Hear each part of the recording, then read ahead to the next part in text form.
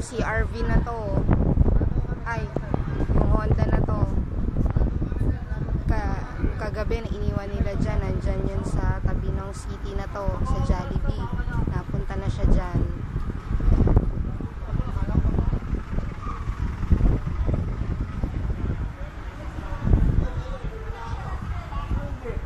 Lahat ng gamit ko, pati TV, lahat. Ito, itsura ng De Castro. Bungad pa lang yan. Doon sa Sampaguita, may tubig pa rin. Iniwan nila muna ako dito kasi hindi pa kaya ng sasakyan.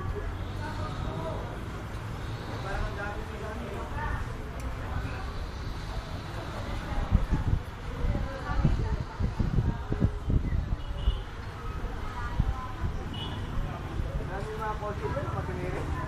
Yeah, puno-puno ng kotse ko. Yung nabaha talaga.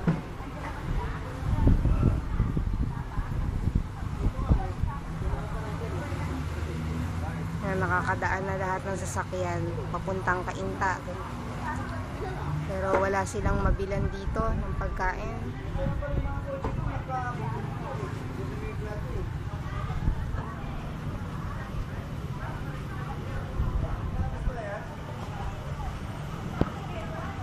Yan pa yung ibang nakapark dyan na hindi rin nakaligtas. Lubog din sila lahat ng sasakyan na yan.